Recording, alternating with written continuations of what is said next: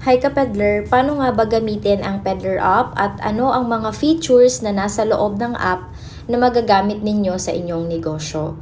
Pagkatapos po ninyo mag-sign up, ito na po ang magiging view ninyo sa loob ng homepage o yung tinatawag na landing page ng Peddler app. Ituturo ko po sa inyo ang functions ng per features na makikita ninyo sa loob ng app at kung paano ito gamitin. So for context, meron po tayong tatlong main digital ledgers, cash ledger, credit ledger, at payment ledger. So, una, yung cash ledger natin. Ano nga ba yung function nito? Dito po ninyo matatrack lahat ng cash flow movement ng business ninyo, kung magkano yung perang pumasok at lumabas within the day.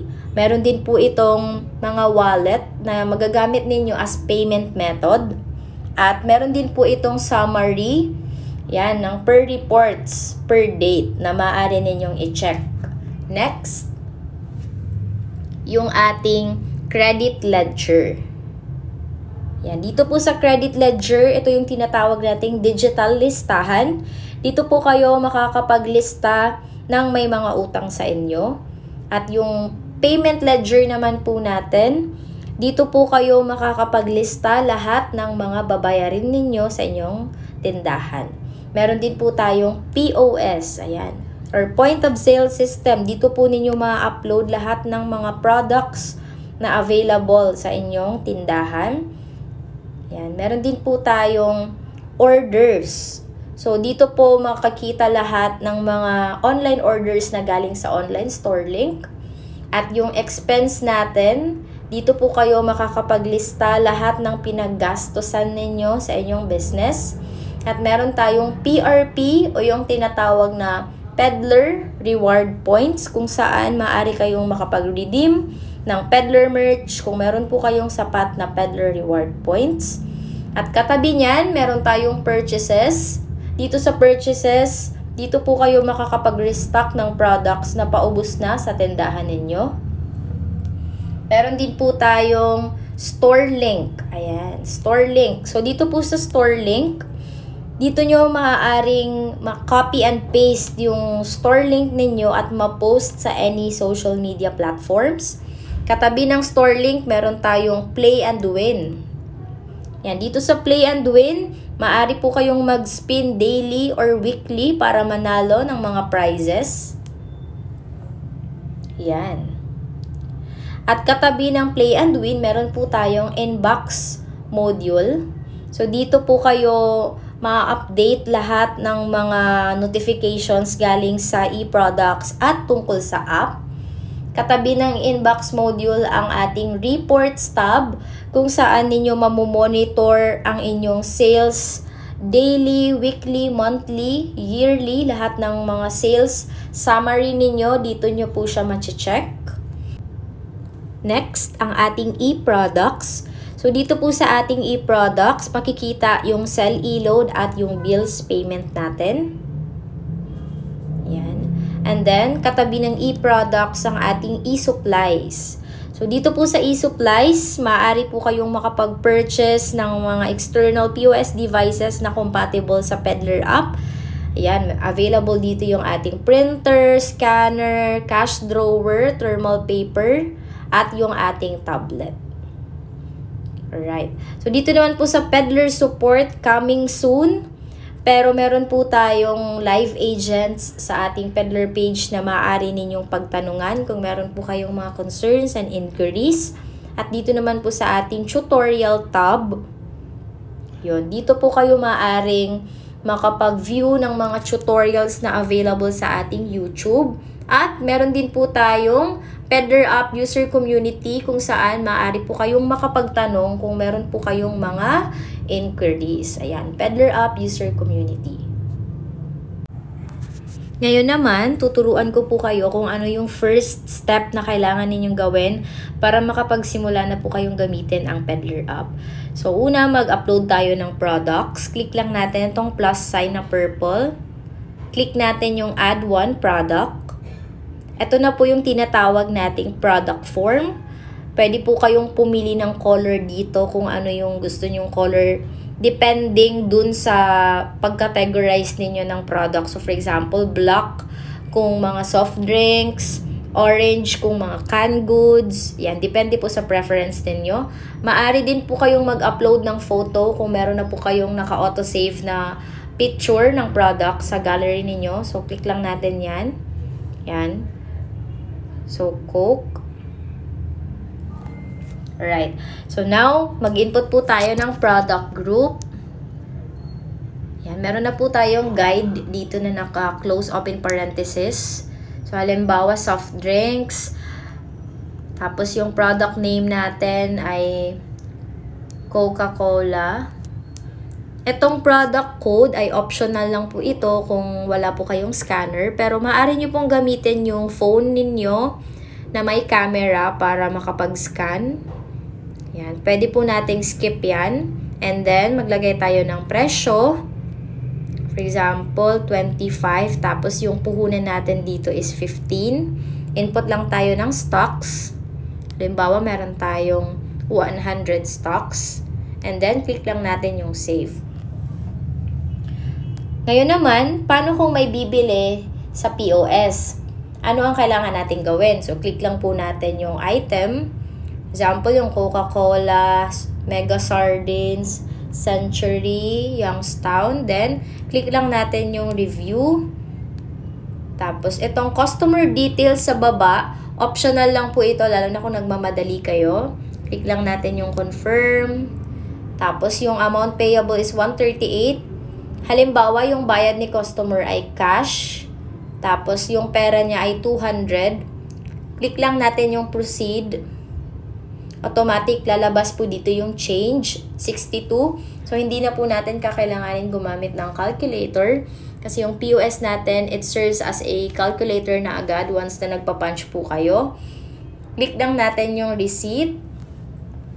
Ito na po yung magiging resibo ni customer.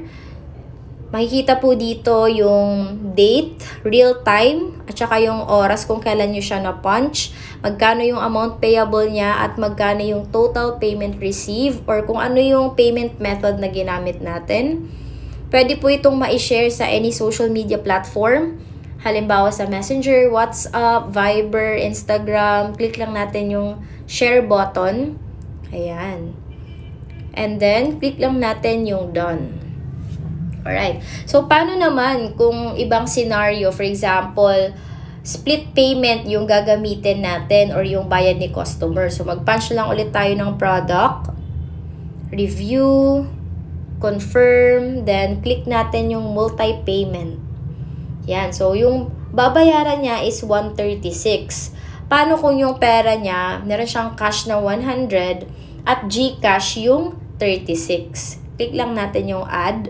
Lalabas dito sa baba yung dalawang payment method na gamit natin for split payment or multi-payment. And then, lalabas yung total payment sa baba. Click lang natin yung proceed. Receipt. So, makikita natin yung status dito na direct multi-payment yung gamit natin.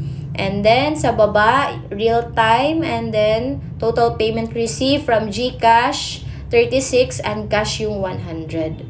Yan. So, ito yung resibo niya. Maaari din po natin yung i-download. Ayan. So, naka-auto-save na siya sa gallery ninyo. Or pwede din natin siyang i-share as PDF. Or kung meron po kayong printer, maaari nyo pong i-print para magkaroon ng hard copy yung ating customer. So, paano naman kung planong utangin ni customer yung mga product na nandito sa ating POS? So, halimbawa, no, pili tayo ng mga products na gusto niyang utangin. Confirm. Piliin natin yung credit or utang. Input lang tayo ng name ni customer. Example, Trisha. Tapos yung number at optional lang po itong customer address. And then, start date today. Due date, sabihin natin sa Sunday. Then, click lang natin yung save. Yon, may lalabas na recorded na siya at ito na yung magiging resibo niya. So, yung transaction dito is direct credit. Yan. Check natin sa credit ledger. So, ito na yung magiging view ninyo. So, nandito na yung name ko, Trisha. And then, yung total balance ko na kailangan kong bayaran. And then, lalabas dito yung invoice number. Color pink pag galing siya sa POS. Color purple naman kung manual siyang in-add. So, pag manual, dito po kayo sa credit ledger mag-i-input ng utang. Ayan. So, purple pag out or utang. And then, kung magbabayad naman is color pink. So, halimbawa, itong utang ko na umabot na ng 136, tapos may utang ako before nung May 31, ayan, naka-auto-calculate na dito na naka-green label yung total payment at yung total credit ko. Maaari ko din pong i-check yung unpaid at yung paid na utang ni Trisha. So, paano naman kung gusto kong i-check yung sales na pumasok sa akin today kasi kanina may bumili? So, ang gagawin lang natin ay punta tayo dito sa cash ledger, transaction. So, nandito na po lahat ng mga invoice number na na-punch natin kanina sa POS. Green pag in or cash in, out naman kung yun yung lumabas na pera, so red. So, yung total cash movement ay makikita natin dito sa taas. So, na plus or na total lang lahat ng mga cash in natin. Yan na yung total cash movement natin dito sa taas. This day entries at yung mga POS sales invoice number at meron din pong date. Kung halimbawa gusto ninyong ma-check yung mga sales ninyo nung nakaraan, click lang natin yung reports dito sa taas. Nandito na po lahat yung mga date June 2, May 31, and May 29. So, lahat po ng mga cash in, cash out, reports dito sa ating cash ledger, cash flow monitoring ay makikita din po ito sa ating reports tab. So, punta lang tayo dito sa reports tab.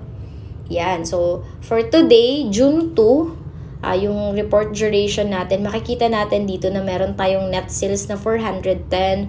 Magkano yung pinuhunan mo sa lahat ng mga nabenta mong items? Cost of product sold, 317.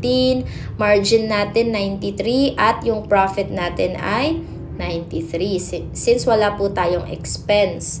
So, dito po sa reports tab, makikita po natin yung sales summary. Yan. I-filter lang natin yung date.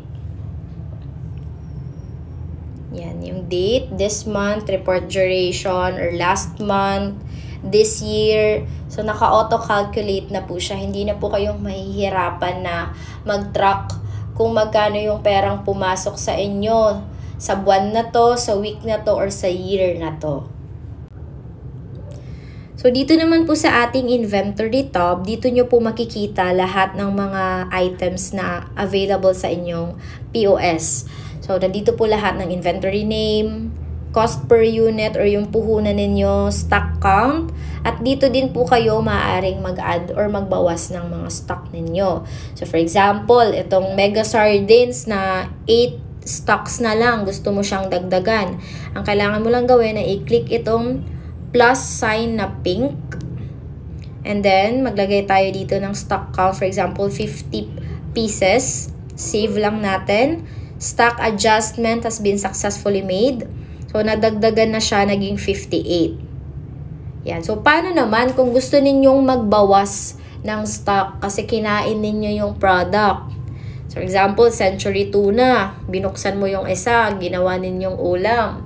So, ang gagawin lang ninyo, i-click lang tong plus sign na pink. Click natin yung remove. And then, personal consumption. For example, nagbawas ka ng 2. And then, click lang natin yung save. Automatic, nagbawas na siya ng 2. Na kaniyang 24 stocks, naging 22 na lang. Saan natin ma-check? So, punta tayo sa home. Click natin yung expense. So, nandito na yung mga personal consumption ng mga products na mapupunta sa expense.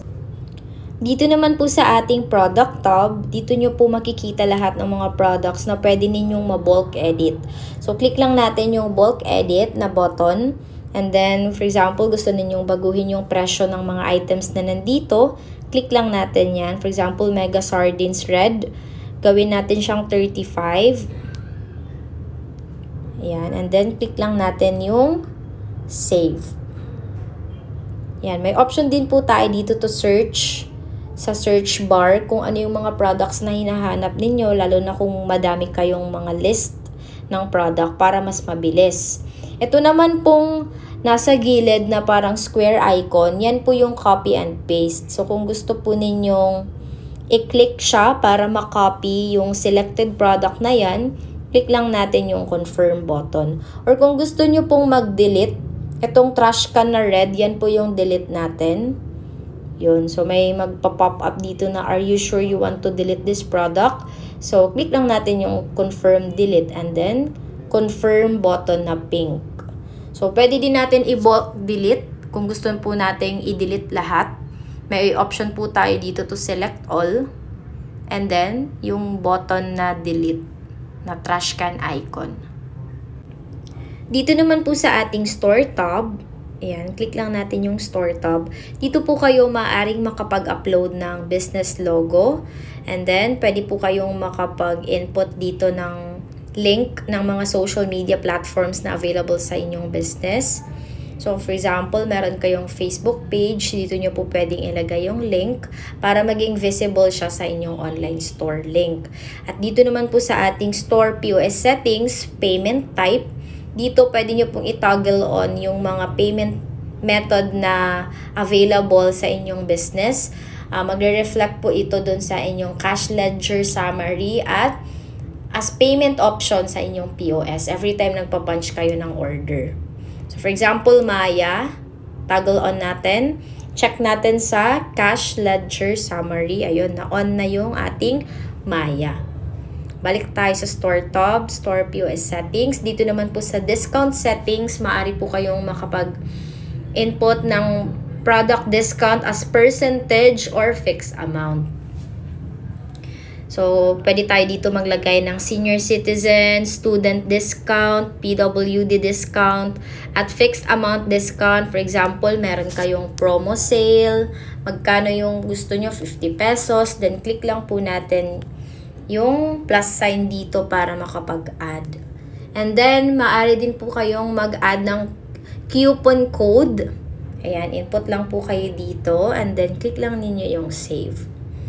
And then, next, dito sa currency naman, kung nasa ibang bansa po kayo, maaari po kayong pumili dito kung anong currency ang ginagamit ninyo. Next, store link settings. Store link settings, dito pwede po ninyong i-customize yung business information ninyo. Ayan, para maging applicable siya sa inyong store link every time may nagvi-visit. And then, payment options sa online store. So, pwede kayong mag-toggle on dito ng mga available payment options. And then, kung ayaw nyo namang gamitin yung store link, free store link website ni Peddler, pwede po ninyong i-toggle off ito. Or kung gusto nyo pong gamitin, ayan, click nyo lang po yan. May mga order options din po tayo dito. For example, pick up, delivery, advance order, and pre-order. So, kung wala po kayo nitong mga available options for order, pwede po ninyong i-toggle on. Click lang natin yung save. Yan. And then, customer list sa baba. Nandito po yung listahan ng mga available customers na meron po kayong mga numbers nila. Pwede din po kayo dito mag-create ng group list. Yan. Or pwedeng isync ninyo yung mga contact list ninyo sa phone book ninyo papunta dito sa ating Peddler app. Okay. Dito naman po sa ating account tab, dito po ninyo makikita yung app version na available dito sa upper right corner, itong V523. And then, pwede po kayong mag-backup report daily. Ito, it's a must na mag-backup report po kayo daily para makuha ninyo yung 15 free block coins every day at para safe and secure ang inyong mga records. Kasi yung POS po natin, yung Peddler app natin, gumagana po siya kahit walang internet. So, pag nagta-transact po kayo sa POS, lahat po ng transactions ay nakasave lang dito sa inyong device or sa phone ninyo.